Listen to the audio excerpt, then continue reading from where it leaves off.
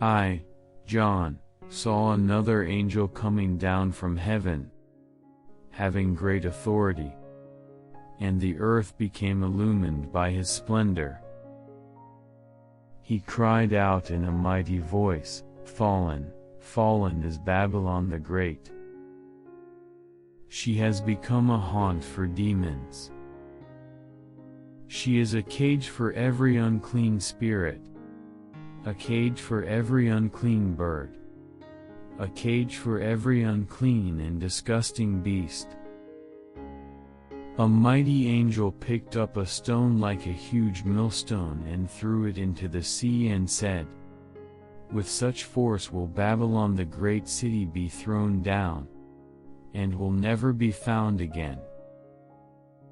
No melodies of harpists and musicians, flutists and trumpeters, will ever be heard in you again. No craftsman in any trade will ever be found in you again. No sound of the millstone will ever be heard in you again.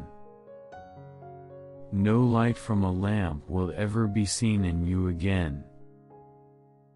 No voices of bride and groom will ever be heard in you again. Because your merchants were the great ones of the world, all nations were led astray by your magic potion." After this I heard what sounded like the loud voice of a great multitude in heaven, saying, "Alleluia!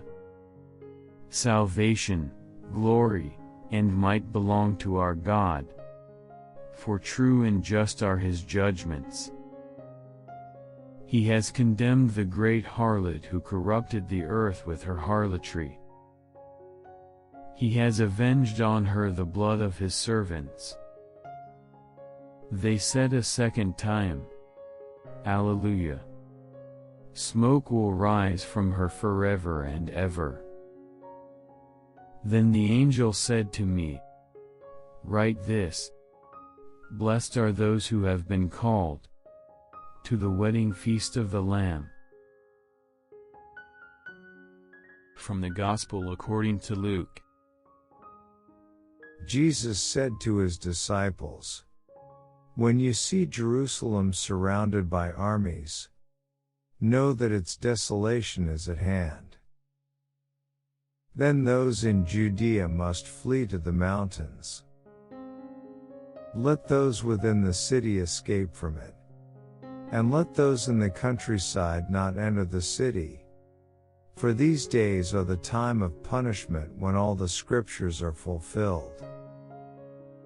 Woe to pregnant women and nursing mothers in those days, for a terrible calamity will come upon the earth and a wrathful judgment upon this people. They will fall by the edge of the sword and be taken as captives to all the Gentiles, and Jerusalem will be trampled underfoot by the Gentiles until the times of the Gentiles are fulfilled. There will be signs in the sun, the moon, and the stars, and on earth nations will be in dismay, perplexed by the roaring of the sea and the waves. People will die of fright in anticipation of what is coming upon the world, for the powers of the heavens will be shaken. And then they will see the Son of Man coming in a cloud with power and great glory. But when these signs begin to happen, stand erect and raise your heads, because your redemption is at hand." Let's listen to Pope Francis' commentary. È bello ascoltare questa parola di incoraggiamento, risollevarci, alzare il capo, perché proprio nei momenti. It is nice to hear this encouraging word. Stand up straight and raise our heads, because right during those moments when everything seems to be coming to an end, the Lord comes to save us. We await Him with joy, even in the midst of tribulations, during life's crises and the dramatic events of history. We await Him. But how do we raise our heads and not become absorbed with difficulties, suffering, and defeat?